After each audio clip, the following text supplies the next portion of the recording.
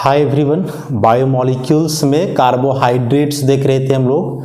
और last lecture में जो है रिड्यूसिंग और नॉन रिड्यूसिंग शुगर्स के बारे में पढ़े, जिसमें तीन important reagents Tollens reagent, Fehling solution और बेनेडिक्ट सॉल्यूशन को जाने। कैसे रिएक्शंस होंगे इन रिएजेंट के साथ, उन सारी बातों को कंसिडर किए।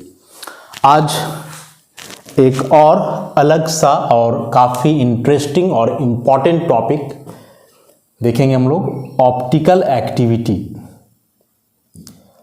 ऑप्टिकल एक्टिविटी, हालांकि यह टॉपिक पहले पढ़ा हुआ है, basics of organic chemistry class 11th में जो बताया गया था, आइसोमेरिज्म वाला चैप्टर, उसमें स्टीरियो आइसोमेरिज्म था एक टॉपिक या चैप्टर। उसमें जो है इसको काफ़ी डिटेल में एक्सप्लेन किया गया है ऑप्टिकल एक्टिविटी को। चूँकि इस पूरे चैप्टर में कार्बोहाइड्रेट में इसका जिक्र होगा बार बार, इसलिए इसको एक बार फिर से बताया जा रहा है ताकि दिमाग में बना रहे और आगे कोई परेशानी ना हो। ऑप्टिकल एक्टिविटी है क्या? तो the substance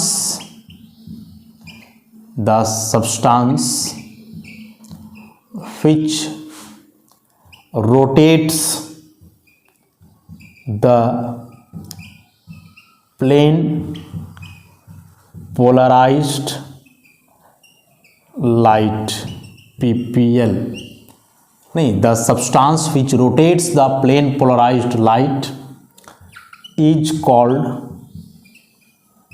an optically active substance. Optically active substance, and this property is called optical activity, and this property is called optical activity.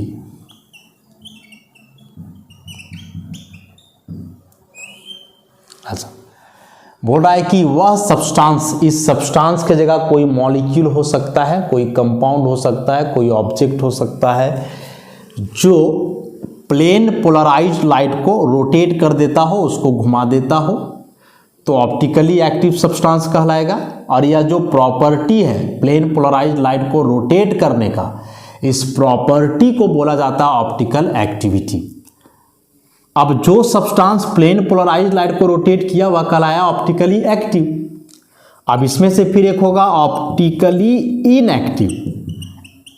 तो इसका मतलब हुआ कि जो पीपीएल को रोटेट नहीं कर पाएगा। देखो, ऑप्टिकल वर्ड यूज ही किया जाता है लाइट से रिलेटेड। फिजिक्स में आप एक चैप्टर पढ़ते होगे ऑप्टिक्स, पूरे चैप्टर में हम लोग को लाइट के बारे में ही पढ़ना है, तो लाइट के लिए यूज किया जाता है वर्ड ऑप्टिक या ऑप्टिकल।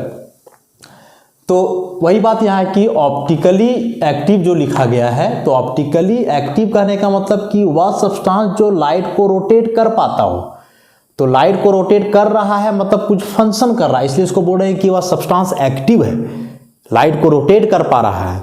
और जो लाइट को नहीं रोटेट कर पा रहा है उसको इनएक्टिव बोलेंगे कि वह कुछ काम नहीं कर पा रहा है, एक्टिव नहीं है, मतलब इनएक्टिव है।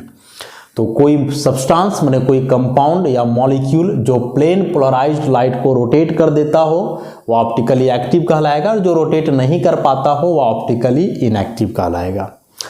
अब फिर इसमें से एक नया चीज आ जा रहा है, या प्लेन पोलराइज्ड लाइट, कि यह प्लेन पोलराइज्ड लाइट अब क्या है। तो इसके बारे में जो है अभी और अच्छे से कंसिडर किया जाएगा। प्लेन पोलराइज्ड लाइट है light having vibrations in only one plane। वह लाइट जिसका वाइब्रेशन एक ही प्लेन में हो, एक सिंगल फेज में हो, एक सिंगल डायरेक्शन में हो, तो वैसे लाइट को हम लोग प्लेन पोलराइज्ड लाइट बोलते हैं। क्या होता है इस चीज को देखेंगे अभी हम लोग। अब जैसे मान लो कि कोई ऑप्टिकली एक्टिव सब्सटेंस है। ऑप्टिकली एक्टिव सब्सटेंस के बारे में क्या बताया कि जो प्लेन पोलराइज्ड लाइट को रोटेट करेगा। तो लाइट का जो रोटेशन अब होगा तो कोई दो डायरेक्शन में हो सकता है।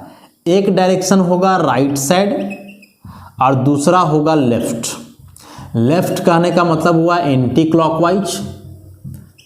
क्लॉकवाइज, और राइट कहने का मतलब हुआ क्लॉकवाइज। ऐसा कि यदि कोई सब्सटेंस ऑप्टिकली एक्टिव है, मतलब वह पीपीएल को रोटेट कर रहा है, तो रोटेशन आइदर क्लॉकवाइज होगा या एंटी क्लॉकवाइज होगा। मतलब वह लाइट को या तो राइट साइड रोटेट कर सकता है या फिर लेफ्ट साइड रोटेट कर सकता है। अब यदि वह सब्सटेंस लाइट को राइट साइड रोटेट करता है तो ऐसे कंपाउंड या सब्सटेंस को हम लोग बोलते हैं डेक्स्ट्रो रोटेटरी, या फिर डी फॉर्म, स्मॉल डी है, या फिर प्लस फॉर्म। यहाँ यह जो डेक्स्ट्रो रोटेटरी है, तो यह डेक्स्ट्रो एक वर्ड है जो आया है डेक्स्टर से, और ये डेक्स्टर का मतलब होता है राइट। तो डेक्स्ट्रो मतलब डेक्स्टर माने राइट, और रोटेटरी माने रोटेट करने वाला, तो राइट साइड रोटेट करने वाला डेक्स्ट्रो रोटेटरी, या डी फॉर्म या फिर प्लस फॉर्म। और इसी प्रकार से जो लेफ्ट साइड रोटेट करेगा, ऐसे सब्सटेंस को हम लोग बोलते हैं लेवो रोटेटरी, या इसी को बोलते हैं एल फॉर्म, स्मॉल एल, या इसी को बोलेंगे माइनस फॉर्म। तो यह जो लेवो है यह आया है लेवस, जिसका मतलब होता है लेफ्ट। लेवस जिसका मतलब क्या होता है, लेफ्ट। तो यदि कोई सब्सटेंस पीपीएल को रोटेट कर रहा है तो ऑप्टिकली एक्टिव हुआ। यदि वह सब्सटेंस पीपीएल को क्लॉकवाइज रोटेट कर रहा है राइट साइड, तो उसको डेक्स्ट्रो रोटेटरी बोलेंगे, डी फॉर्म बोलेंगे, या प्लस फॉर्म बोलेंगे, जिसका मतलब राइट साइड हुआ। लेफ्ट रोटेशन है तो लेवो रोटेटरी, या एल फॉर्म या minus form. Small D small L है, इस बात को ध्यान में रखना है। साइन प्लस माइनस, राइट है तो प्लस साइन, लेफ्ट है तो माइनस साइन। अब इस सबको एक बार हम लोग फिगर से समझेंगे, प्लेन पोलराइज्ड लाइट, इस रोटेशन को और ऑप्टिकल एक्टिविटी को। तो अभी तक हम लोग क्या समझे कि वह सब्सटेंस जो प्लेन पोलराइज्ड लाइट को रोटेट करने के काबिल हो ऑप्टिकली एक्टिव कहलाएगा, और यह प्रॉपर्टी माने लाइट को रोटेट करने का ऑप्टिकल एक्टिविटी कहलाएगा। जो सब्सटेंस पीपीएल को रोटेट नहीं करेगा वह ऑप्टिकली इनएक्टिव कहलाएगा। अब यदि सब्सटेंस पीपीएल को क्लॉकवाइज रोटेट कर रहा है तो dextrorotatory, anticlockwise rotate कर रहा है तो लेवो रोटेटरी। प्लेन पोलराइज्ड लाइट क्या था, तो बोले वह लाइट जिसका वाइब्रेशन एक सिंगल प्लेन में हो, एक सिंगल डायरेक्शन में हो, तो वह कहलाता है प्लेन पोलराइज्ड लाइट। सारी बातें अच्छे से समझ में आ जाएंगी। एक फिगर अब हम लोग देखते हैं इसके लिए। अब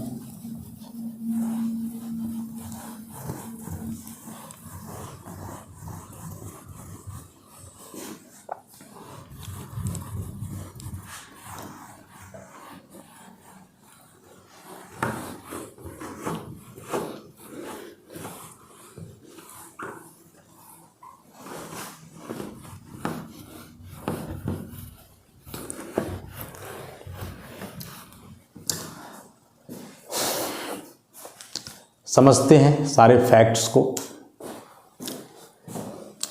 मान लो कि यह कोई बल्ब है,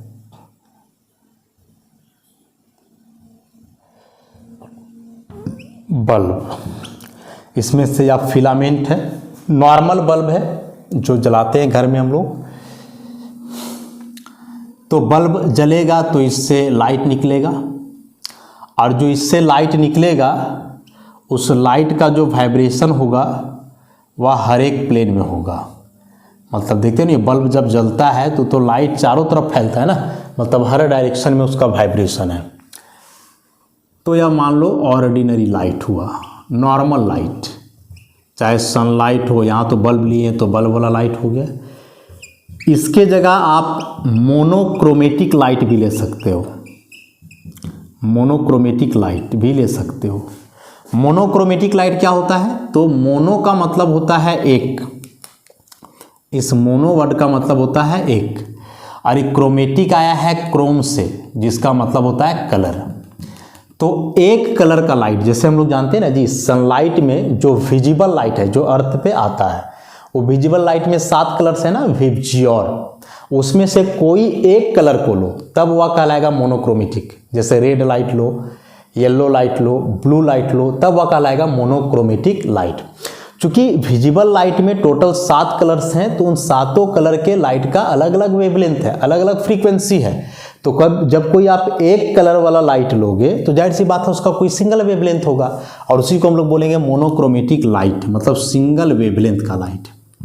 सिंगल वेवलेंथ का लाइट, सिंगल वेवलेंथ का मतलब वही हुआ सिंगल कलर का लाइट। तो यह जो यहाँ अभी दिखाया गया है या डायरेक्शन को बता रहा है, जैसे एरो ऐसे है मतलब लाइट इस तरह से भी वाइब्रेट करेगा, ऐसे भी वाइब्रेट करेगा और इस तरह से भी वाइब्रेट करेगा। अब जब इस लाइट को पास करवाओगे एक स्पेशल टाइप ऑफ प्रिज्म से, जिसको हम लोग बोलते हैं निकोल प्रिज्म, नाम है निकोल साइंटिस्ट का। यह बना होता है prism made up of calcite. Calcite क्या होता है? कैल्शियम कार्बोनेट होता है, और यह आधारित होता है यह prism based on double refraction. Double refraction. तो अब क्या होगा कि यह ऑर्डिनरी लाइट या फिर मोनोक्रोमेटिक लाइट जिसका वाइब्रेशन हर डायरेक्शन में है, इस लाइट को पास करवाओगे निकोल प्रिज्म से। तो देखो यह निकोल प्रिज्म 2 पार्ट में बना होता है, एक इतना अलग है, इतना अलग है। तो इसमें 2 बार रिफ्रैक्शन होगा, मतलब एक बार लाइट इधर रेयरर टू डेंसर जाएगा तो एक बार रिफ्रैक्शन होगा, फिर ये दोनों मीडियम भी अलग अलग होते हैं, तो फिर यहाँ से यहाँ जाएगा तो एक बार और रिफ्रैक्शन होगा, और फाइनली फिर जो है लाइट यहाँ से बाहर निकलेगा। तो जब 2 बार रिफ्रैक्शन होगा इस प्रिज्म में, तो यह प्रिज्म करेगा क्या कि जो लाइट का भी वाइब्रेशन देख रहे हो हर डायरेक्शन में, उस वाइब्रेशन को ही कट कर देता है। मतलब अब जो लाइट बाहर निकलेगा वह लाइट हर एक डायरेक्शन में वाइब्रेट नहीं कर पाएगा, बल्कि अब जो लाइट बाहर निकलेगा उसका वाइब्रेशन एक सिंगल प्लेन में होगा। ऐसा कोई भी एक सिंगल हो सकता है, ऐसे लो, इस तरह से लो, इस तरह से लो, ऐसे।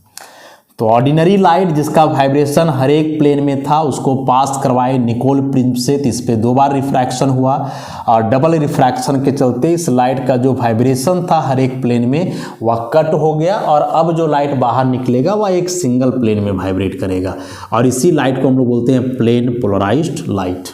तो प्लेन पोलराइज्ड लाइट समझ गए क्या है? वह लाइट जिसका वाइब्रेशन सिंगल प्लेन में हो, ऐसे लाइट को बनाया जाता है। कैसे? तो ऑर्डिनरी लाइट को निकोल प्रिज्म से पास करवा के।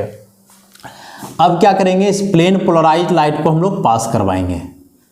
किससे पास करवाएंगे? तो एक ऑप्टिकली एक्टिव सब्सटेंस का सॉल्यूशन भरेंगे एक ट्यूब में।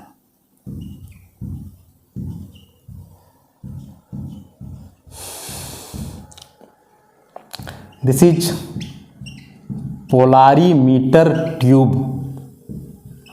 है क्या इसमें? तो containing the solution of N optically active substance. Optically active substance, ऐसा। तो ऑप्टिकली एक्टिव सब्सटेंस के बारे में क्या डेफिनेशन बताए कि जो सब्सटेंस प्लेन पोलराइज्ड लाइट को रोटेट करता हो, तो यह है प्लेन पोलराइज्ड लाइट। इसमें है ऑप्टिकली एक्टिव सब्सटेंस का सॉल्यूशन। तो अब जो लाइट इससे बाहर निकलेगा तो जाहिर सी बात है लाइट का डायरेक्शन चेंज कर जाएगा, क्योंकि यहाँ ऑप्टिकली एक्टिव सब्सटेंस है जो इसको क्या करेगा, रोटेट कर देगा। तो लाइट का ओरिजिनल डायरेक्शन अभी ऐसा है, वर्टिकल, इस प्रकार से, या ओरिजिनल डायरेक्शन इसका है, लाइट का ये ओरिजिनल डायरेक्शन है यहां से जो निकला है। लेकिन अब जो लाइट बाहर निकलेगा यहां से, तो क्या बोले, उस लाइट का डायरेक्शन चेंज हो जाएगा या सब्सटेंस लाइट को रोटेट कर देगा। तो रोटेशन या तो क्लॉकवाइज हो सकता है, देखो ऐसे क्लॉकवाइज रोटेट कर देगा, या फिर ऐसे एंटी क्लॉकवाइज कर देगा, देखो ऐसे। दोनों में से कोई एक ही बात होगा, या तो ऐसे क्लॉकवाइज रोटेट करेगा या एंटी क्लॉकवाइज। अब यदि यह सब्सटेंस जो इसमें भरा हुआ है वह पीपीएल को ऐसे क्लॉकवाइज रोटेट करता है दाहिने तरफ, तो इसी को बोलते हैं डेक्स्ट्रो रोटेटरी, डी फॉर्म, या इसी को बोलते हैं प्लस फॉर्म। लेकिन यदि सब्सटेंस पीपीएल को ऐसे लेफ्ट रोटेट करे तो लेवो रोटेटरी कहलाएगा, एल फॉर्म, या इसी को हम लोग बोलेंगे क्या, माइनस फॉर्म बोलेंगे। समझ गए बात को? अब मान लो कि तुम लाइट इस पास करवाए थे इससे, और पास करवाए तो जो डायरेक्शन लाइट का शुरू में था वही अब भी रहा, रोटेट नहीं किया। इसका मतलब यह सब्सटेंस पीपीएल को रोटेट नहीं कर पाया, इसका मतलब हुआ कि जो सब्सटेंस इसमें भरे थे ऑप्टिकली इनएक्टिव है, एक्टिव नहीं है। तो ऑप्टिकली एक्टिव होगा तो रोटेशन ऐसे कुछ ना कुछ होएगा ही होगा। अब रोटेशन होगा भाई तो कुछ ना कुछ एंगल से होना है ना, 5 डिग्री किया, 10 डिग्री किया, रोटेशन को एंगल से हम लोग दिखाते हैं।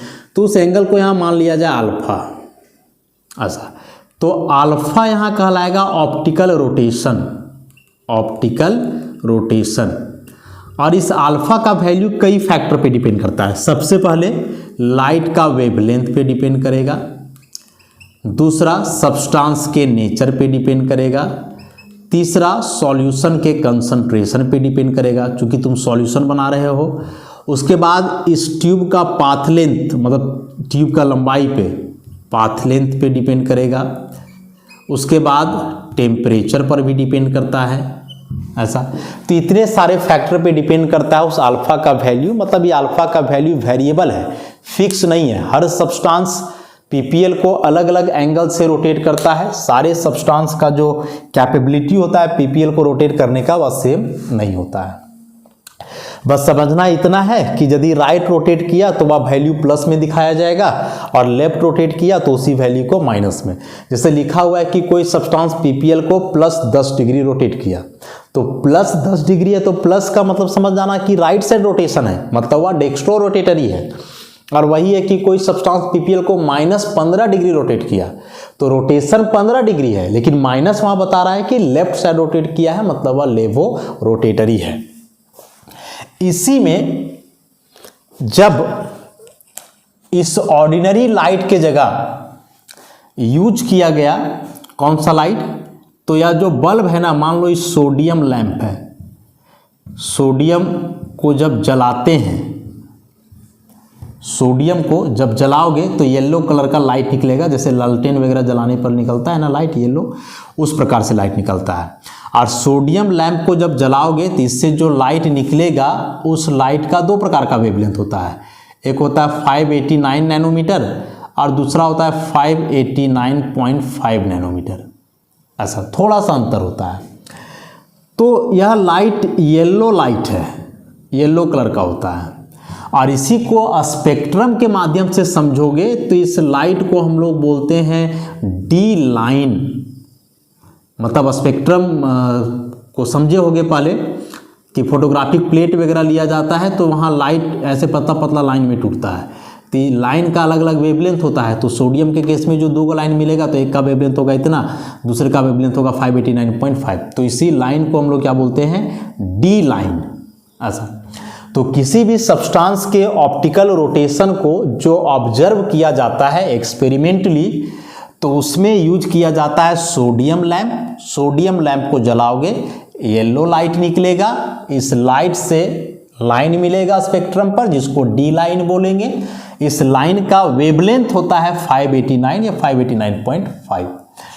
तो अब जब ऑप्टिकल रोटेशन आप यूज करोगे डी लाइट को यूज करके, माने येलो लाइट को यूज करके, at 25 degree Celsius temperature, room temperature, तो इसी को अब हम लोग बोलते हैं स्पेसिफिक रोटेशन। इसी फैक्टर को अब हम लोग क्या बोलते हैं, स्पेसिफिक रोटेशन। तो आगे पूरे कार्बोहाइड्रेट चैप्टर में जो है ना ऐसा नोटेशन आएगा, ऐसा लिखा हुआ मिलेगा पूरे चैप्टर में। तो समझ जाना अल्फा बता रहा है रोटेशन को कि वह ऑप्टिकली एक्टिव सब्सटेंस पीपीएल को कितना रोटेट कर पाया। डी बताएगा कि यह जो रोटेशन ऑब्जर्व किया गया है, जो पीपीएल बनाया गया है, वह किससे, सोडियम लैंप का डी लाइट, येलो लाइट से। और यहाँ ऊपर में रहेगा टेम्परेचर मेंशन। तो टेम्परेचर जनरली नहीं लिखा हुआ रहता है, डी लिखा हुआ रहेगा, क्योंकि टेम्परेचर यही रहना है हमेशा 25 डिग्री सेल्सियस। तो इस बात को ध्यान में रखोगे। तो यह पूरा हुआ ऑप्टिकल एक्टिविटी के बारे में, optically active, optically inactive, dextrorotatory, laevorotatory, optical rotation, और इसमें आया स्पेसिफिक रोटेशन। तो इस पूरे से 2 बात हम लोग को समझना है, एक डेक्स्ट्रो लेवो और दूसरा इस नोटेशन का मतलब, क्योंकि यही सब जो है आगे चैप्टर में रिपीट करेगा। नोट्स में सारा कुछ मेंशन है तो ध्यान रखोगे वहाँ। हालांकि नोट्स में इस बात का जिक्र नहीं है, अल्फा डी जो है इसका जिक्र नहीं है, तो इसको वीडियो में बता दिए, समझा हुआ रहेगा। अब कोई सब्सटेंस डेक्स्ट्रो रोटेटरी होगा या लेवो, मतलब पीपीएल को राइट रोटेट करेगा या लेफ्ट, ये जो है सब्सटेंस को देख करके बताना पॉसिबल नहीं है। एक्सपेरिमेंटली फाइंड किया जाता है कि वह डेक्स्ट्रो रोटेटरी है या फिर लेवो रोटेटरी है। तो यह एक एक्सपेरिमेंटल कंसेप्ट है। डेक्स्ट्रो और लेवो एक एक्सपेरिमेंटल कंसेप्ट है, इसके बारे में देख करके आप नहीं बता सकते हो सब्सटेंस को कि वह पीपीएल को जो है किधर रोटेट करेगा। अब इसमें एक और बेहद इंपॉर्टेंट आता है डीएल कन्फिग्रेशन। डीएल कन्फिग्रेशन मतलब नाम के पहले डी और एल लगाया जाएगा। कहां से आया यह कंसेप्ट समझोगे। एक कंपाउंड है, ऐसा नाम है ग्लाइसरल्डिहाइड, हम लोग देखें सबसे सिंपलेस्ट कार्बोहाइड्रेट है, और इसमें से यह कार्बन देखोगे बीच वाला, तो ये कार्बन का जो 4 बॉन्ड है, चारों बॉन्ड 4 अलग अलग ग्रुप्स के साथ है। तो यदि किसी कार्बन का चारों बॉन्ड 4 अलग अलग एटम या ग्रुप के साथ हो तो ऐसे कार्बन को हम लोग बोलते हैं कायरल कार्बन या फिर एसिमेट्रिक कार्बन। Asymmetric carbon. तो क्या ऑब्जर्व किया गया कि यह जो ग्लाइसरल्डिहाइड है वह नेचुरली 2 फॉर्म में एग्जिस्ट करता है, मतलब 2 प्रकार के ग्लाइसरल्डिहाइड होते हैं, लेकिन दोनों का फॉर्मूला यही है, एक कार्बन OH है, CH2 और CH2OH, ऐसा। तो फॉर्मूला यही है, लेकिन नेचुरली यह 2 फॉर्म में एग्जिस्ट करता है और उन दोनों का प्रॉपर्टीज अलग है। तो फिर लोगों को लगा कि हम लोग जानेंगे कैसे कि कौन सा ग्लाइसरल्डिहाइड किस प्रॉपर्टी का है, क्योंकि है दोनों तो यही मॉलिक्यूल, तो कैसे जानेंगे कि मतलब दोनों में डिफ्रेंशिएट कैसे करेंगे हम लोग यदि ये 2 अलग अलग फॉर्म में एग्जिस्ट कर रहा है। तो वहां से लोग फिर बोले कि अब नाम के आगे हम लोग कोड लगाते हैं, डी और एल। ऐसा कोई रीजन नहीं है कि डी और एल ही क्यों, बस मान लिया गया, ट्रेडिशनली चलते आ रहा है तो हम लोग वही लेकर के चलेंगे। तो चूंकि 2 फॉर्म में एग्जिस्ट कर रहा था ग्लाइसरल्डिहाइड, दोनों के प्रॉपर्टीज बिल्कुल अलग थे, तो दोनों में डिफ्रेंशिएट करने के लिए क्या कोड लगाया गया, डी और एल, और बोला गया कि यदि कायरल कार्बन का OH group right hand side हो, कायरल कार्बन का OH ग्रुप यदि राइट हैंड साइड हो तो नाम के पहले हम लोग लगा देंगे डी, मतलब यह हो जाएगा डी ग्लाइसरल्डिहाइड। अब इसी मॉलिक्यूल को आप मिरर के सामने रखो, मान लो यह मिरर है, नॉर्मल मिरर जिसमें हम लोग अपना चेहरा देखते हैं, तो मिरर के सामने इमेज उल्टा बनता है। जब हम लोग खड़ा रहते हैं मिरर के सामने तो दायां हाथ उसमें बायां दिखेगा, बायां हाथ दायां दिखेगा, उल्टा दिखता है। तो उसी प्रकार से यहाँ होगा कि जो लेफ्ट है वो राइट दिखेगा, जो राइट है वो लेफ्ट दिखेगा, ऐसा। CHO ये हो जाएगा H, इधर हो जाएगा OH और यहाँ CH2 है। बस एक कायरल कार्बन का अरेंजमेंट उल्टेगा, ये नहीं कि CH2OH अभी ऐसे लिखा हुआ है तो अभी इमेज बनेगा तो H2 इधर होगा OH इधर होगा, ऐसे करके लिखेंगे, और उससे कोई फर्क नहीं पड़ेगा। ये H2OH को आप राइट लिखो चाहे ऐसे लेफ्ट लिखो, कोई फर्क नहीं पड़ता है, एक ही बात है।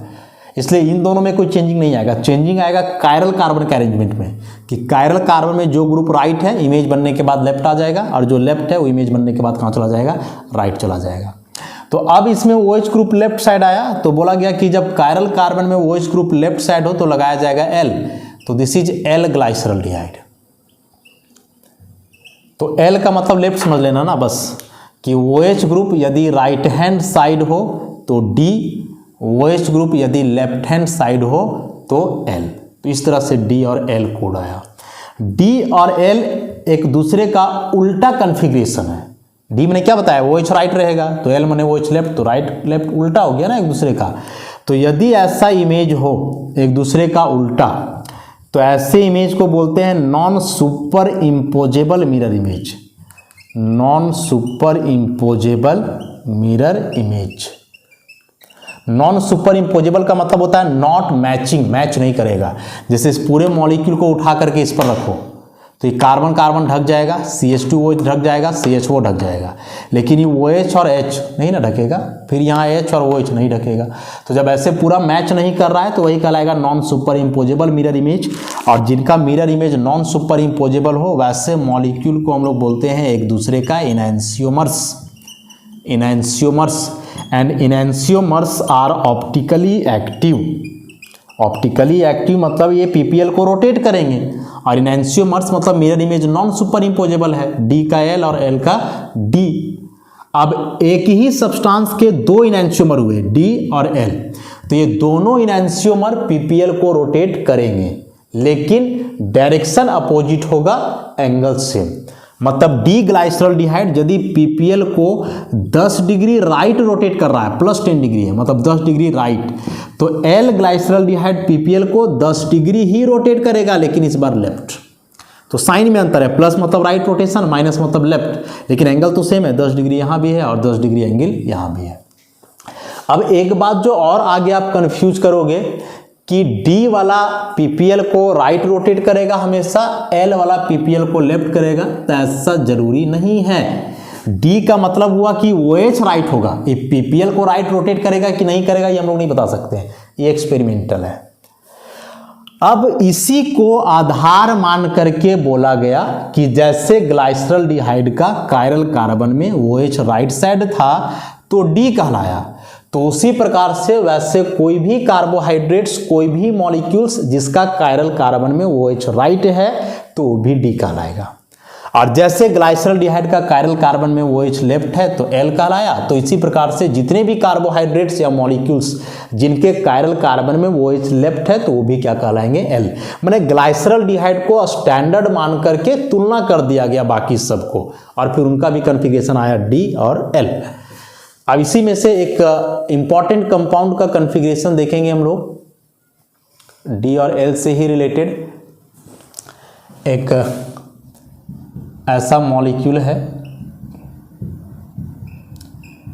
इस प्रकार से,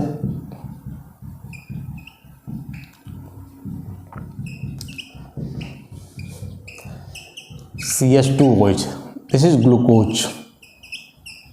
ग्लूकोज का स्ट्रक्चर है, ये कार्बन नंबर 1 2 3 4 5 6, इसमें से कायरल कार्बन हुआ ऐसा, DL कायरल कार्बन के लिए लगता है, CHO कायरल नहीं होगा क्योंकि CHO का स्ट्रक्चर ऐसा है, तो कार्बन का 2 बॉन्ड तो ऑक्सीजन से ही हो गया, जबकि कायरल कार्बन जिसका चारों बॉन्ड अलग अलग ग्रुप के साथ हो, ये वाला कार्बन कायरल है क्योंकि इसमें एक तरफ OH है, एक तरफ H है, एक तरफ CHO और चौथा तरफ ही पूरा ग्रुप है, तो ये चारों अलग अलग ग्रुप्स हो गए, इसलिए क्या हो गया, कायरल कार्बन हो गया।